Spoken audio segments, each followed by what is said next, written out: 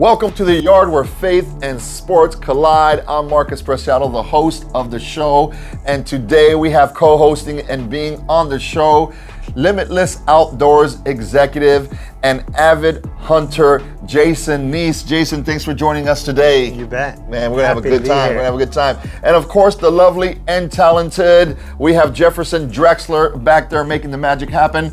Say hello to everybody and your favorite place in the world in podcast land. Oh, really? My favorite place is podcast. You know what? Disneyland is closed, so it might as well be podcast You land, love right? podcast land. You My love boys. podcast land.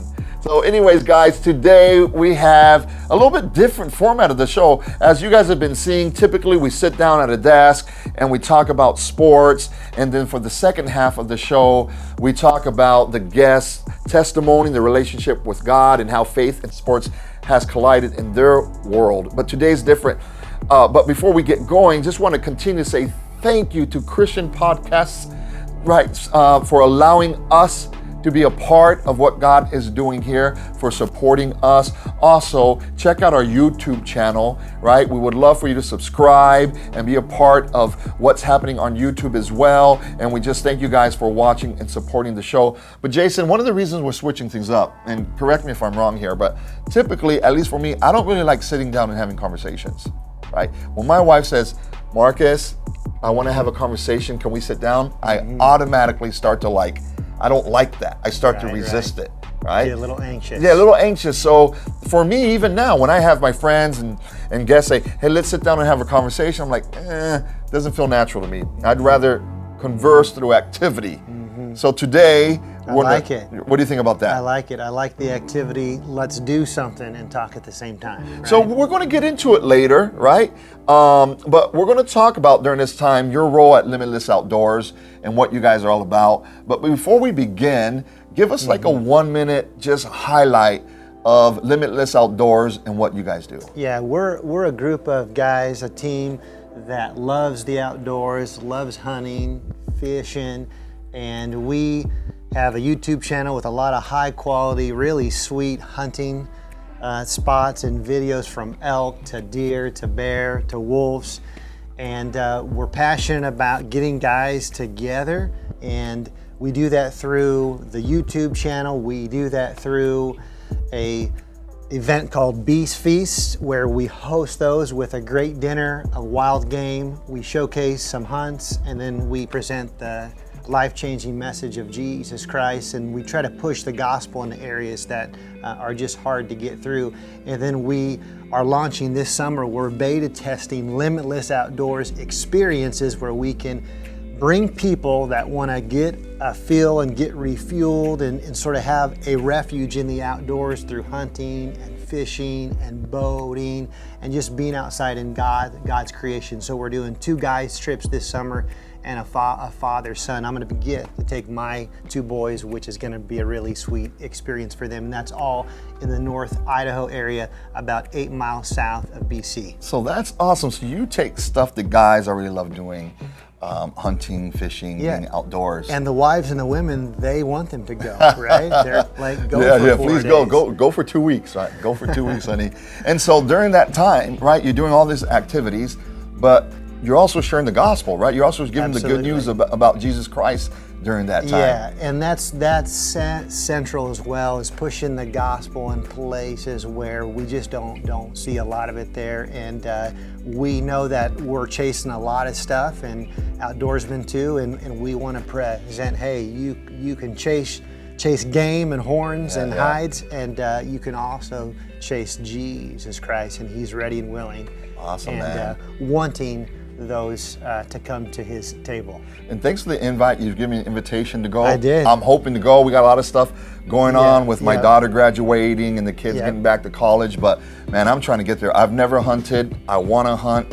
I want to go out there. I love being outdoors. Yes. The pictures you've shown are amazing. And I know we have some mutual friends that are participating as well. So I hope to get there. But yeah, it's going to be great. Before then, I want to kick your butt in some cornhole. I'm ready. I'm ready. And so for those of you guys at home watching this, we have mini cornhole. We asked Jefferson to hook us up. And Jefferson, why'd you come up with the mini cornhole philosophy? What are your thoughts on the mini cornhole? Well, I mean, anybody can play cornhole, I mean, anybody can launch something at some giant board, right? But to be able to be so precise to get a tiny bag in a tiny hole on a tiny board all the way across our ginormous studio, that takes a real marksman. And you may have met your match there, Marcus. Hey, Jefferson, and I grew up pre-cornhole playing redneck washers. So There we go. My dad made his own board, okay, and he took tractor washers, Yeah. and we used those to throw. And so I'm ready. It's a little bit different. Yeah. But, well, you don't let know. your family down for sure. All right, so here's the rules of the game. Right, I know there's different levels of cornhole scorekeeping that are very controversial because, as we have admitted, Jefferson and I both watch professional cornhole on ESPN. Yes, we're the two guys that do it. We talk about this like how lame it is that there's professional cornhole on ESPN and who are the dorks watching it? And we love realize it. we're the dorks watching it. I love it. I love it. So for all you dorks watching dang this, right, this is what's going to happen. For every time we get one in the middle to go through the hole, I don't know the proper terminology, Okay. right? When one that goes into the cornhole, 3 points. Yep. All right. One that lands on the board is 1 point. You with me? I'm with And you. the first one to 21. I'm ready. All right, and I'm through ready. it, guys. More importantly, we're going to use this cornhole time as a catalyst to us talk about sports, each other's lives, and find out a little bit more about this bad boy right here. All right, let's go. You first. ready. Help us take score, Jefferson. All right, nothing. All right, Jason. So, baseball. Huge baseball fan. Oh, Absolutely. 3 points. You Sunk keep your own it. score. You got to Yep. keep your own score, Yep. boys, because there's Yep. too much math going on. All right. All right, three. Okay, we'll add after 3-1. this. Okay, Yeah, huge group- baseball fan. Yep. I know you're a huge Los Dodgers fan.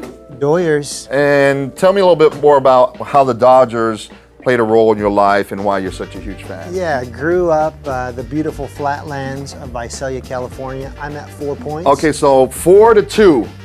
4-2. And Dad was a Lakers, Dodgers, and Rams fan, and so child of the 80s, and of course the 88 World Series, right? We all know what happened there. Okay, so hold up. Let's stop there.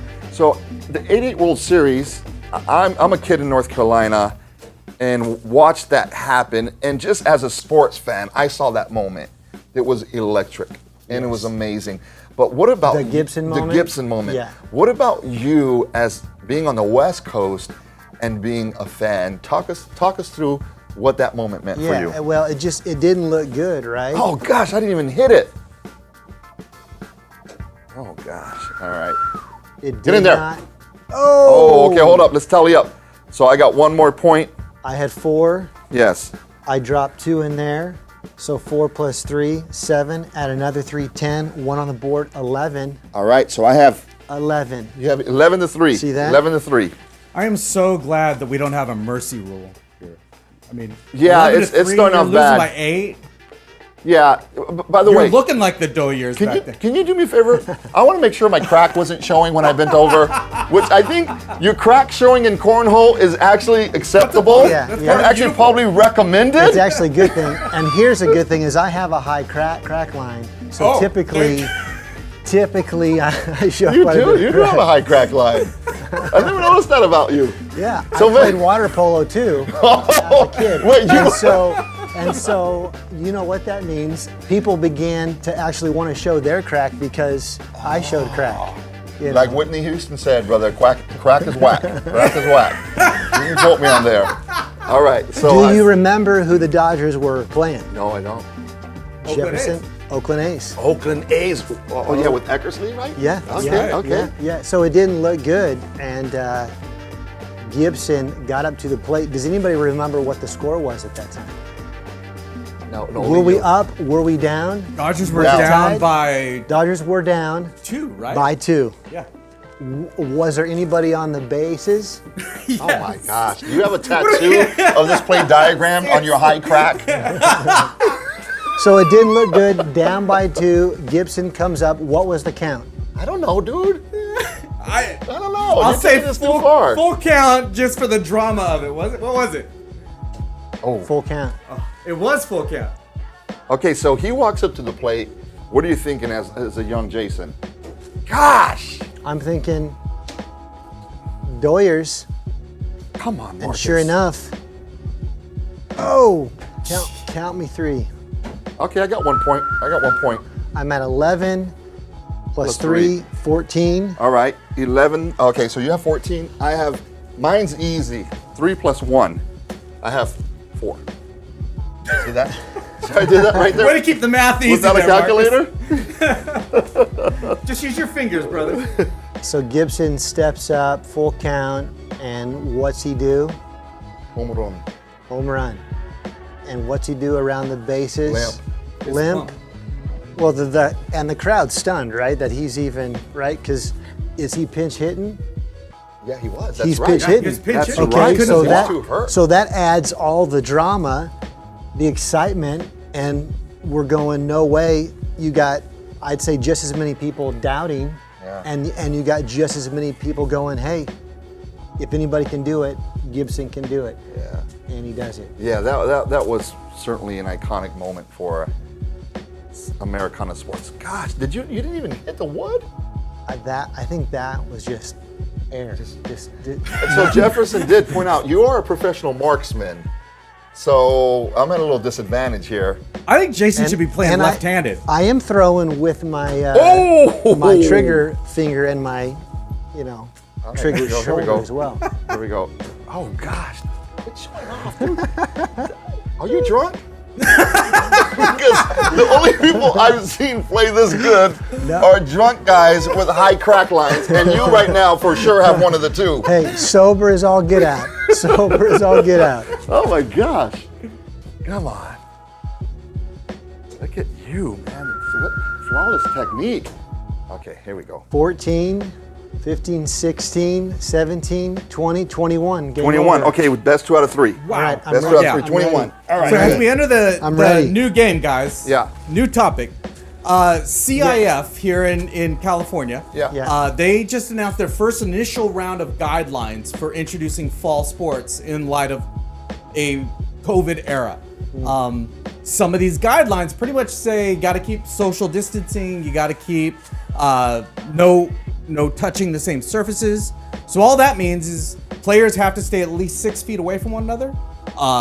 You can't touch the same ball.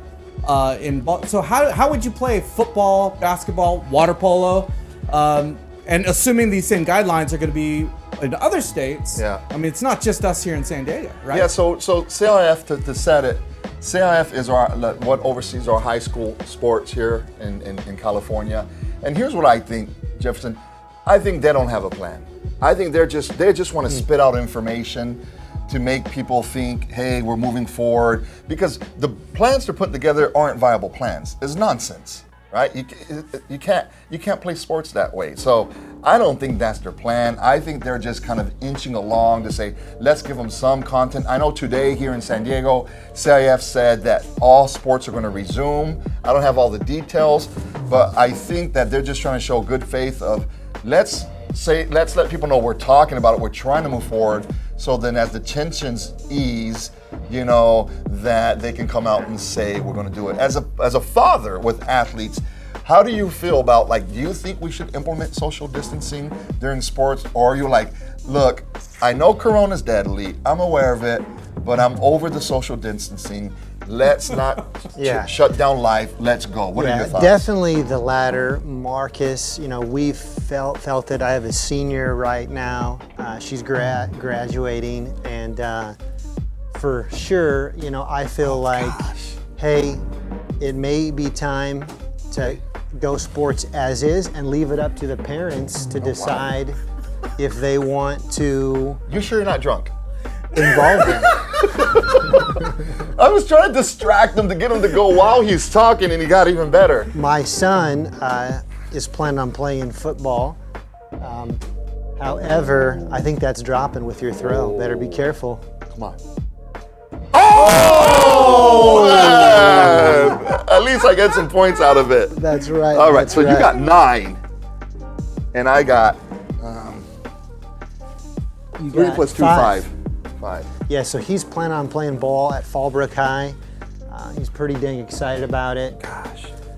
Who knows what's going to happen? I'm hearing a variety of different things. I've got a niece that's a crazy soccer player. She plays club.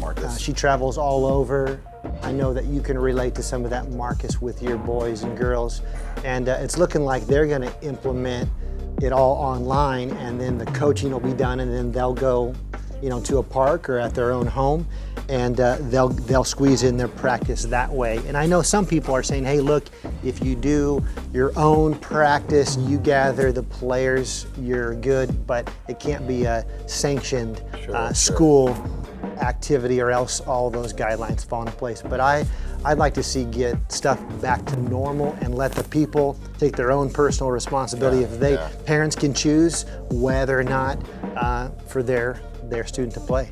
So you had 4 points there, I think? Yep. And I had 1, so I'm looking at... You had 5, 9 to 4. 9 to 4. 9 to 4. Brilliant. Yeah, I think that how you feel, I think you went first, is, at least in my circles, man, you are kicking my tail, dude. Can we choose a different game? Can we choose something else? This must be the easy one. Oh my gosh. Oh. At least in my circles, gosh, at least hit the wood, dude. Right. Man. At least in my circles, it's nothing but we hole. lean towards kind of, can you give us more autonomy in making our decisions? Yes. And it doesn't mean that we deny the difficulty, the sickness, but also keep in mind that, can you let us make healthy decisions and let us decide the our risk tolerance and things of that nature. And it's interesting, this conversation we're having, I went and put 2 in. Nice, It's kind of the dude. same conversation the whole United States is having when it comes to sports, just as a larger level. Okay, so I got 6 there. I dropped just 1 in, so 3. So I got 6, I think I had 5. I'm at 9 plus 3. So I'm at 5 plus 6, so I'm 11. I'm at 12. Okay, great. 11 We to 12. suddenly have a game. Yeah, we got a game, Here we right? go. Here we go. Bring it, Marcus. Bring it. So, Jefferson, what are your thoughts now on kind of where the NBA is and how likely they are to open up soon, and a little bit of controversy brewing there? Right. Yeah, as I go to the correct camera, I have interestingly mixed feelings in regards to this, because I see the bubble idea that the NBA is doing, which is basically 19. get all the players together in Florida. Let's have our own 16. bubble-like arena for them to live and play and keep everybody safe, and have the game going so we, the fans, can enjoy it. That would have been a great plan about 4 to 6 weeks ago. Yeah. Now that things are starting to open up, I heard another guy on the radio. He was talking about, what do you do for these players that have their families, they have everything in their bubble, and they're content, and they're winning, so they have to stay within the bubble longer, and then their kids look outside and they see Disney World wide open, all the other kids doing the Disney thing, but they got to stay in their hotel. It just doesn't seem like a very viable plan. Yeah, and I, like I said, I don't think anybody has a great viable plan right now, but at least things are opening up. At least there's some Absolutely. soccer going on, right? There's some NASCAR going on, right? There's baseball overseas going on, and I like the trend of where we're going. And look, I don't have all the answers, and my perspective could be wrong. I'm just sharing my perspective. I'm not a doctor. I don't know all the details, but from my perspective, I do like that things are opening up. And, Except for Arizona. So Arizona is a state now that just in the last, I think, 10 days, they've had over 300,000 cases. and they took it on the more let's open up earlier. They opened up and very they opened up early. early with really from the get-go not many restrictions. So who knows? I mean, is that number accurate too? It's hard to know. Yeah, I didn't want to go to Arizona anyways. Right. So we're looking at 19 to 16, you. All right, so tell us more about Limitless, man. I know you guys have an interesting approach to ministry. Okay, now wait. Now what happens if you're over? You go back to 0? Right, at my house, in our house rules, you go back to 15. Okay. So What's the yard house rules? you got No, I like it. Look, if you win, you scoreboard, you win. Right? Let me just finish this off and maybe save some face. Okay, right. So you got 21. 20. Well, Oh, no, 22? I'm over. Okay, get I'm in there. 22. Oh, you hold up. Sometimes you just feel it. Oh, yeah. You see how he threw it? Oh, yeah. And I said, get in there. Yeah. Does that happen to you sometimes? Like, I'm not a good basketball player, but once in a while I get hot. Oh, yeah. Right? And you got the hops. And you just feel it, right? Oh, yeah. And I just felt it. I love it, man. Right? I love it. I love it. I love it. All right, here we go. Here we go. All right. Yeah, so I started we can stay here. You won that how I ended up really with Limitless is I work with a agency called Gateway Church Planting, and so I would do some work in the Idaho area, and I met some buddies there that really just a friendship off the bat. And I was walking through a tough season with my family. My wife had been diagnosed with cancer, and so I began to feel, alive in a way that I hadn't.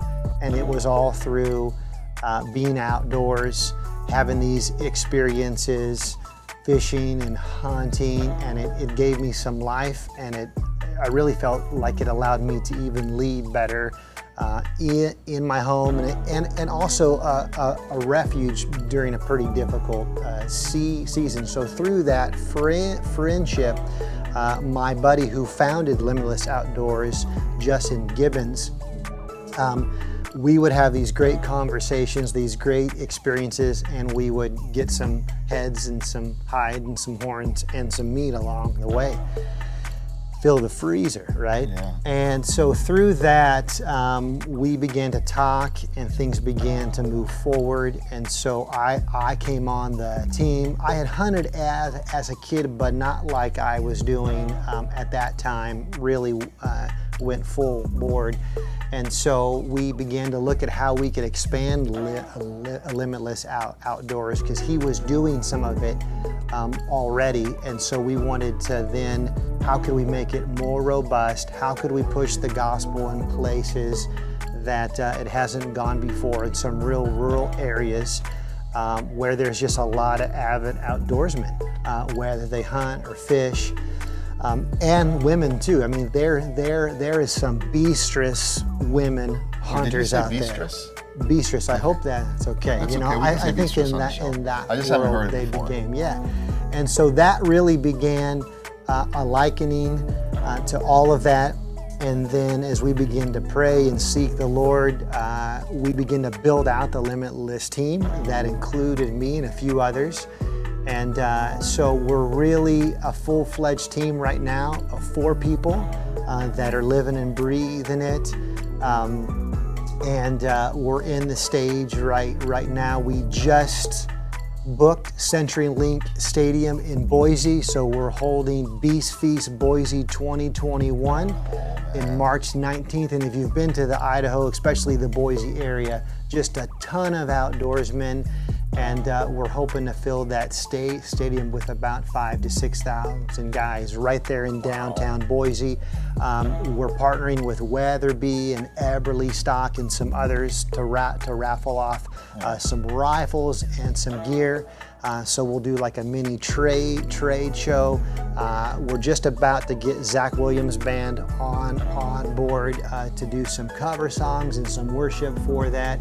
And then the end is, we hope to turn people's hearts and create environment where the Lord can do His thing, and we can add to the table and win souls. What about for guys like me, where I've never hunted, but this I've always wanted to. Sure. It's just I don't have the hunting relationships or the time or the equipment, but for me, really.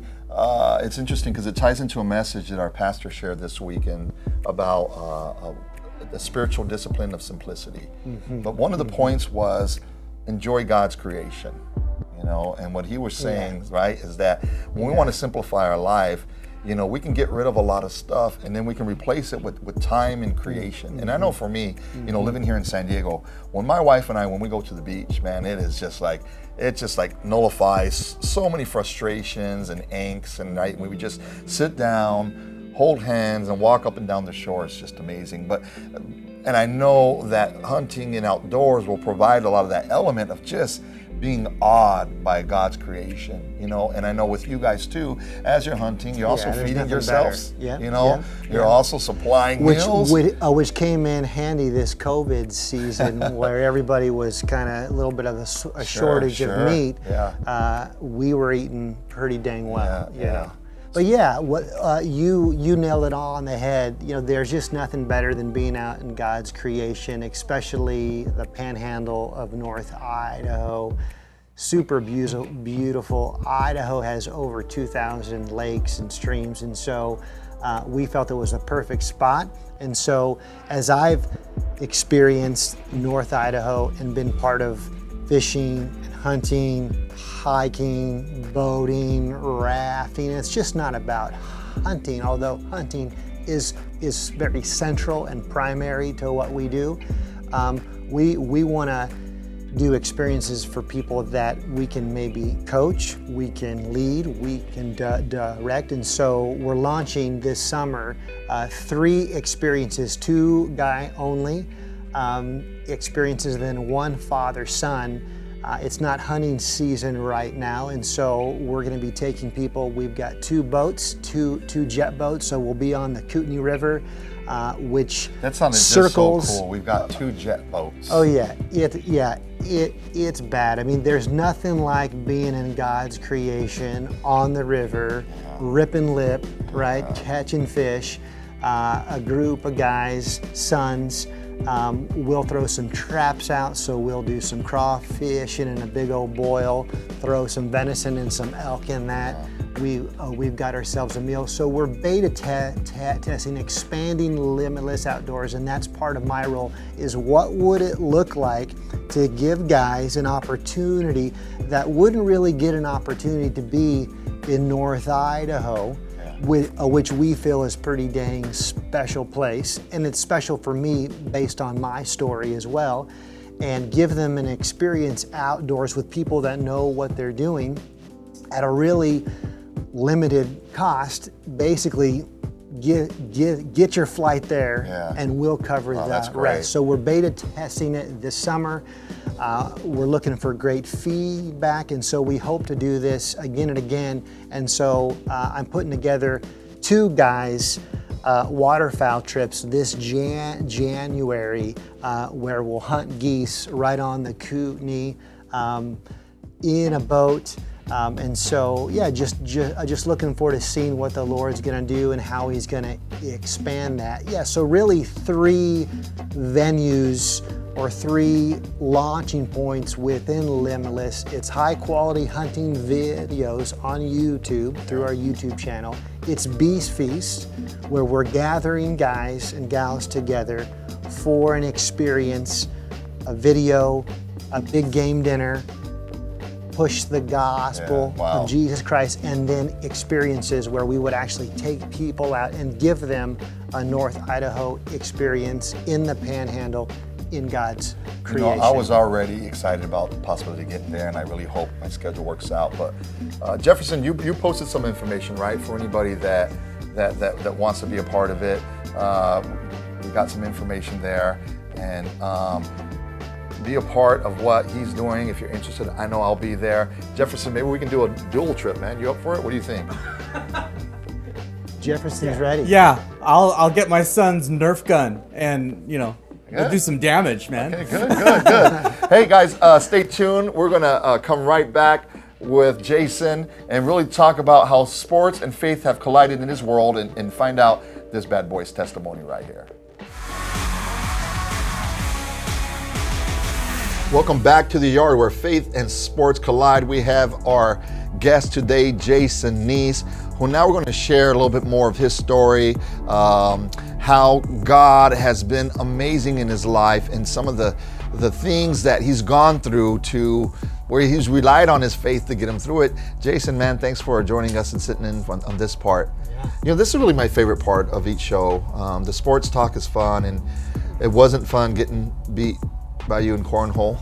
Right. I don't appreciate that. But really the most important is where we get to chat about our faith. And so I know you kind of have at least the first part of your story, it's kind of a typical church kid story, right? Growing up in church and get to know the Lord and kind of walk us through that from Visalia. Is that where you're from? Yeah, I grew up in the beautiful flatlands of Visalia, California. Grew up on some acreage. Dad, small business owner. Mom did all the bookkeeping for it. He also farmed walnuts and some stone fruit, so oranges and some cherries and plums. Did you say stone fruit? Yeah. So what is that? Stone fruit just means that's going to be your plums, your nectarines, your cherries, your oranges. Kind of a farm term. So yeah, grew up there in Visalia, born and raised in the church. I was homeschooled for a number of years. I think early on, the beginning years, knew something was a little bit different. Some of you are tuning in now. I was born and had a speech impediment, so a stutter. And so really the journey began of just some hardship with that. I'd get excited, messages go into my head before I'm able to speak it out, and elementary kids can be brutal. And so grew up with the stutter, had a lot of therapy, and so some challenging times there. Lord proved faithful and good and was able to get through it. If I took you back to the early years, you'd be, come on, Jason, get it out. And so was able to overcome that. Really had a burden for the underdog. Felt like I was a little bit of an underdog growing up as a kid, and so that really motivated, moved me into leadership. I was on ASB in high school and really thrived in that realm, and used the stutter to really go, you know what, I'm going to actually turn that difficulty, and that's going to be a drive for me to make some things happen, and that carried me on, through college. Well, let's put a pause right there. Yeah. With as being believers, that's one of the beautiful things about having a relationship with God and understanding His principles and understanding His Word. Where that right there is a situation where, because of your attitude and you understanding the Lord, you were able to take something that was very difficult, but flip it around, right? Yeah. And where, you're in a way also a professional communicator into the things that you've done, right? And how that, which is interesting. My career path led me into that space of speaking. But you wouldn't think at the point when you were struggling with it, if you just look at it through your physical lens, you're limited, it's embarrassing, I'm becoming bullied, and all those things might have been true for that time, but I love how God in our stories can redeem things, right? Things that the devil intended for evil. Absolutely. How if we give him the Lord, he can flip it. And not only that, I love how that gave you a heart for the underdog. So that's great how the Lord's able to do those things. So yeah, so good. I think through it, being able to push through it and be in some places, in some spots where I couldn't have seen that walking through that difficulty, but was able to overcome and to push through. And the reality is, we've all been dealt sometimes a deck of cards that aren't maybe the cards we want.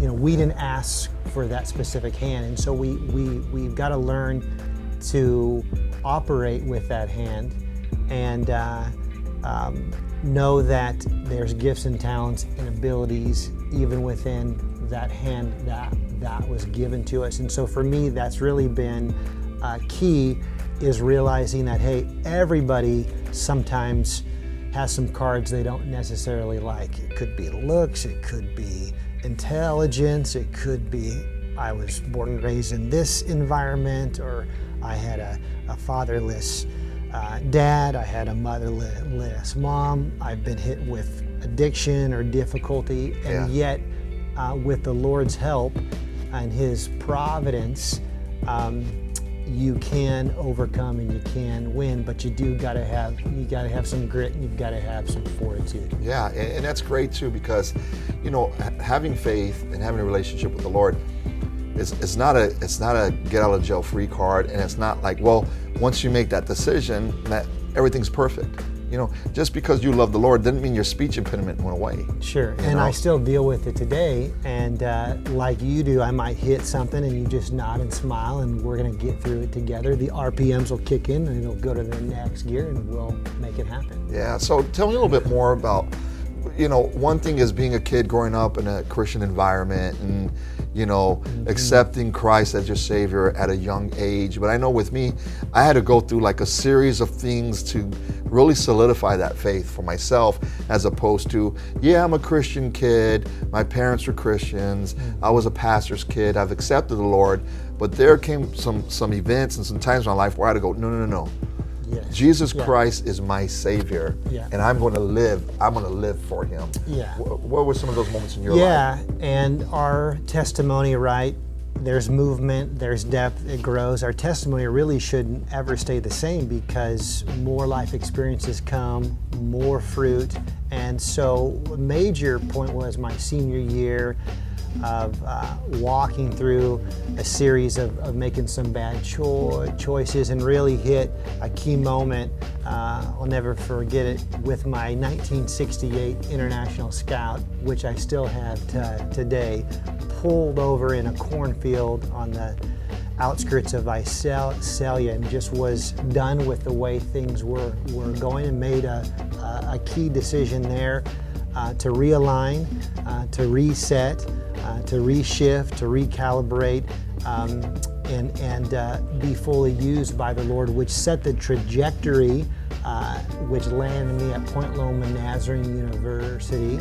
And it was there that I became a resident advisor for a wild group of freshman boys down at Hendricks Hall, and decided to go into ministry and pursue pastoring and wanting to make a difference in the lives of youth. So that set the trajectory, that moment, my senior year, lots of moments at PLNU, serving in missions, leading Bible studies, and then I interned for a guy named Jeff Bolster, who's now the VP of Student Development at Point Loma, and he really said, hey, you're gifted to go into ministry, to be a pastor, and then that set the trajectory of me moving out of pre-law, which that's where I was headed. I saw the movie Jerry Maguire, who didn't want to make deals in the shower, right? Yeah.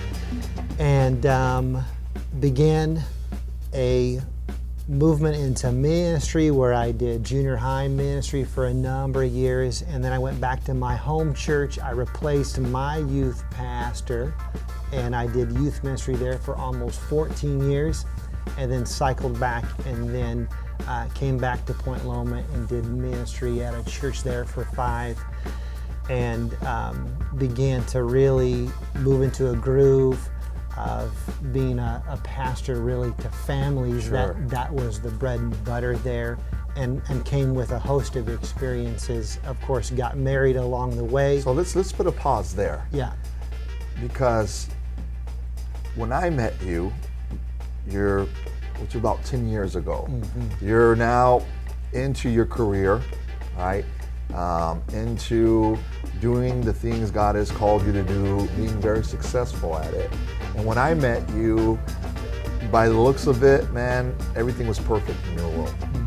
Beautiful wife, beautiful children, right? Just a great guys. We got to know each other, and you know, you were well loved. And I was like, wow, this is a really cool guy to meet, enjoying to get to know you. But I know that on the outside, it looked like, man, this guy has the perfect life. And talk to us kind of like from when I met you, the curveball that came, sure. and how faith got you through that. Yeah. In October of 2011, experienced a really big curveball. My wife, Britton, who I met in college at PLNU, she was diagnosed with stage 3B breast cancer, and it was also in her lymph system as well. What was your original thoughts Jason, Yeah, as I a remember it. husband, Yeah. when you got that news? Yeah. What went through your mind? I remember it. I had just been offered a position at the Rock Church, and we got the call from her OBGYN confirming that it was cancer. She was breastfeeding our youngest, Belen, at that time, and noticed a lump. And you just think it's benign, you're good, and move on. You're not expecting cancer. So we knew things right off the bat were going to shift, and I immediately wept with my wife. But then, as a guy, you move into let's tackle this and let's fix this situation. Despite all that, we still left Visalia, where I had been at that church for almost 14 years, and we came to San Diego, which really was a blessing to get some of that care that we probably wouldn't have got in Visalia, just it being a smaller town. And so we hammered through it. We pushed lots of surgeries, lots of difficulty, lots of prayer, a lot of people from the community rallying. There was high moments where we thought we're out of the woods, and there was things where we were back in it, and we were dealing with, again, surgeries, and we were dealing with infusions, and we were dealing with chemo treatments, all the while raising 4 kids. So you can imagine the pain and the difficulty, and places where very private, it's tough, but as a male and as a lead and as someone who is trying to set the pace, I learned very early on, if I don't set the pace is going to be set one way or another, and it may be a pace that I don't want. And so I've got to set the pace, I've got to lead, I've got to listen to the Lord, I've got to follow, I've got to hold on to my faith even stronger and tighter in the midst where it would have been really easy, and I can see how things can get haywire and they can neglect their faith. Yeah. But it was important to me, this is where the rubber was going to meet the road, and was I going to fully buy into this relationship with the Lord, and was it going to become real? And so I saw it become very real.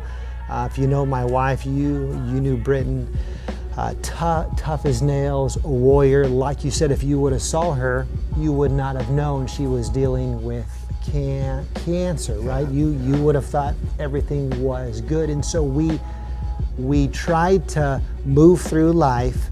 We tried our best to keep things as normal as possible for the kids with sports and getting up, going to work,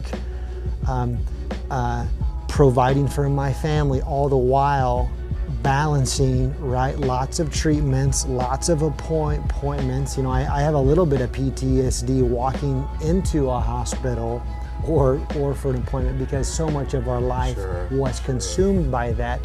But you just begin to take on life a new way, and that becomes your life, that becomes your reality. And so you're trying everything you can to keep your bride alive, and so you're willing to do whatever it takes. And so we did that, and she hammered long and hard. She passed away a week before Thanksgiving, so November of 2017. So she was diagnosed in October of 2011. But talk about change, backing that up. Yeah, wife diagnosed with cancer, new job, new school, new home. A lot of stuff was thrown at us that you don't, not everybody experiences all that at one time. But the Lord was good and faithful and walked us through and brought us a great community too, as well. Along the way too, and I know you know this, but while the effect that Britton had on her community and beyond was amazing, and we were part of the people that received that. We got to mourn with you, we got to pray with you, celebrate, going through a depression, but all along, your wife was such a leader, Jason, and I know you know this, but and my wife and I chat about this often, and we still have a picture of Britton that in our home that reminds us to pray for you guys and reminds us of her, and for my wife, it reminds my wife of kind of as Britain handled this, you know, it puts a lot of things in perspective on, wow, really what's difficult, what's important in life. And I know that she was a champion along the way, and it has a legacy that'll live beyond, you know, her years of pouring into people and being a great example. What would you have to say for those that, Christians that are suffering grief? Because it's hard to kind of, how do you say God is good, right? How do you say that He's loving? How do you serve Him? And here my young wife and my mother of my 4 kids is taken away by cancer. How did you wrestle? How did you wrestle with that? Yeah, early on, Britain had really earmarked a phrase. In the Greek, it's Christeo, which is this essence, this idea that joy, contentness, and gratitude always precedes the miracle.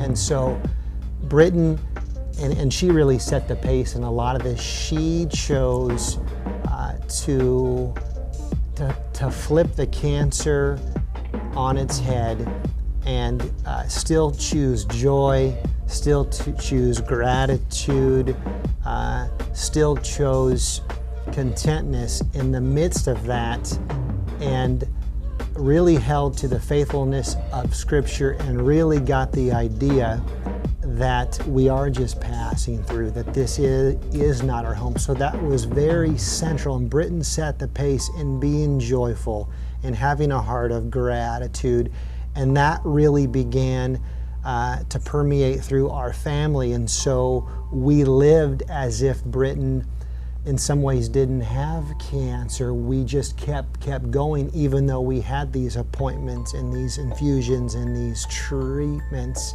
And it really helped us set the pace to operate and do life not with this cloud of cancer before us. And we really believed that the Lord could heal. And we had moments where there was healing, and because the original diagnosis was very grim, and yet Britain was able to push through, and we really believe that was through a heart of Christeo, of being joyful and having a heart of gratitude. And also within that, part of Britain's journey was we felt like we had experienced the Lord in a way that many people had not experienced it based on her diagnosis. So we had some, in other words, our relationship, it actually thrusted to a new level of love, of joy, that I'm not sure I would have experienced. Wow. Not to belittle other people's experiences or their relationship, but we felt like our love even grew fonder and deeper, and we had experienced the grace and the love of God in a way that we would not have. And Britain was very vocal about that, and it created a true dependence on the Lord, where I'm not sure I would have never had that kind of dependence on Him. Yeah. And we showcase that to our family, and I believe that we showcase that to our friends. It was still hard. It was still difficult. It was still ugly. There was moments that I would cry out saying, transfer the cancer to me, Lord. Let it be me, not my wife. And there was moments where I thought this was it, and Britain would bounce back and she would hammer a couple more years, and we thought, this is great. You know, maybe she'll hammer on 10, 12, 15 plus years, but ultimately the cancer, I remember getting the call when the cancer came back. We were actually at the couples retreat in Palm Springs with The Rock, and we had gotten word at that retreat that the cancer had now spread to her liver, and that was a tough one, because we knew you can't survive without your liver.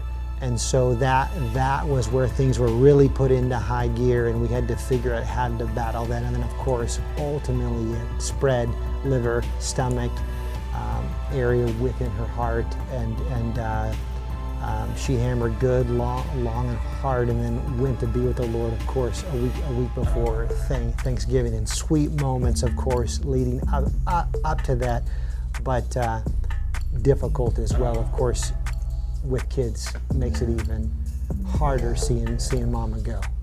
So through that, let's fast forward now to where you are now, where God's grace and His love helped you get through that. And now with that attitude of joy, how He's continued to bless you guys, even though you've gone through such a difficult time. Yeah. So the one of the beauties that Britt and I had is she got to really design her memorial service, right? So we got to talk through songs, who she wanted to speak.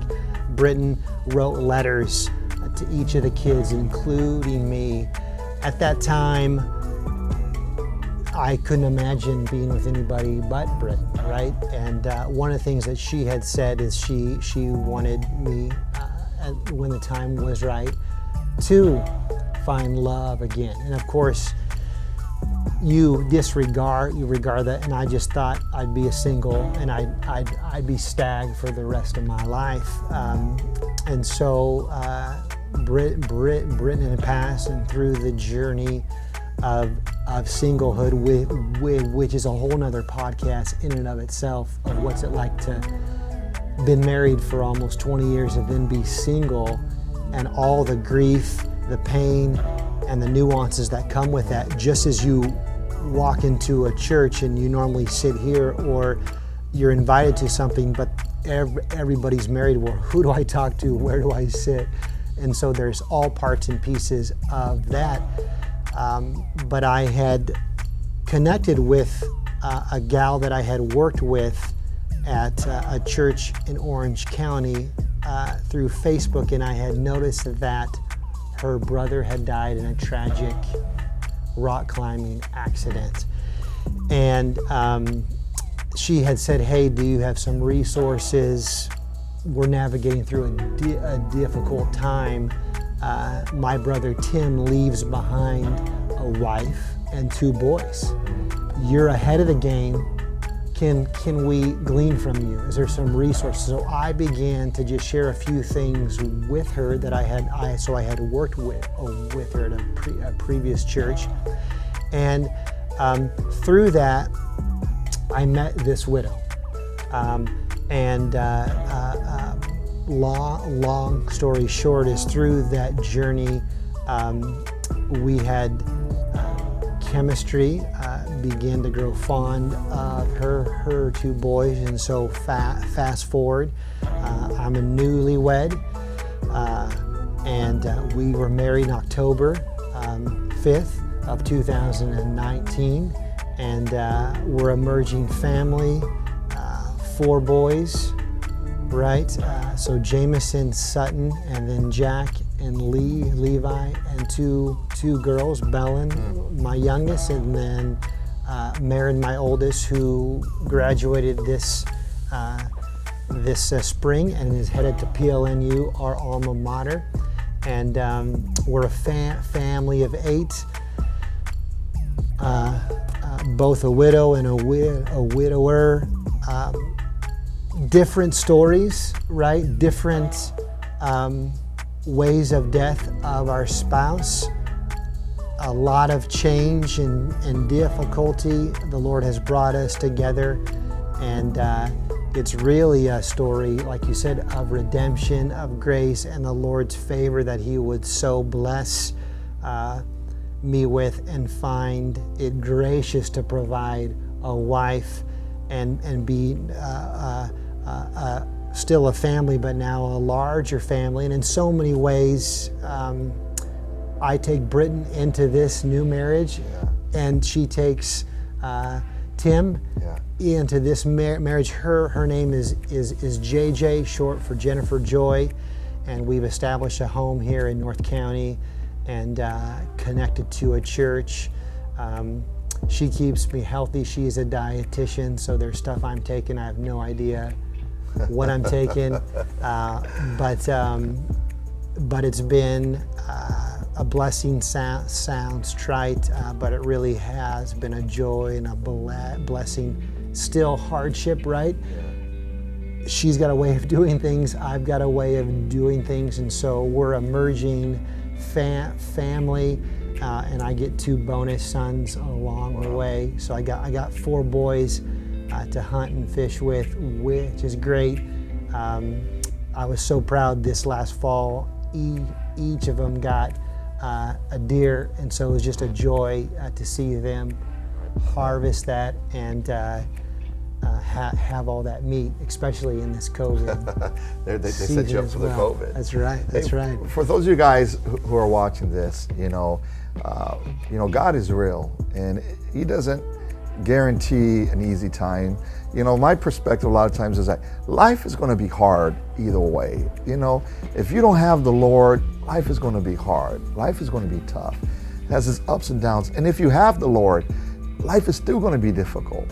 But with that comes opportunities for Him to redeem the difficult things in your life, for Him to give you hope, peace, joy all through it, and somehow to use those difficult things and turn them around for His glory. And through the process, you know that He's going to supply all your needs. So if you're watching this and you're going through a difficult time, which most of us are in some capacity, just encourage you to trust on the Lord, lean on Him. And if you've never made that decision to follow Christ, I just encourage you, make a decision to say, God, right there in your heart, I want to follow you. Reach out to a friend that, send me a note. Reach out to Jason, that we can walk you through establishing and creating a relationship with the Lord, because really that's the ultimate, the best thing you could ever do. Hey, Jason, thanks for joining us, man. And thanks for whooping my tail on some cornhole. Love you, bro. Yeah. And we'll chat you soon. Thanks for having me on. All right, brother. All right. Thanks again for joining us in the yard today where faith and sports collide. Huge thank you to Jason Neese for coming in and hanging out with us and sharing his story of redemption. Thank you to Christian Podcast Central for partnering with us again. You guys tune in next week as we have another great time here in the yard. Have a great week.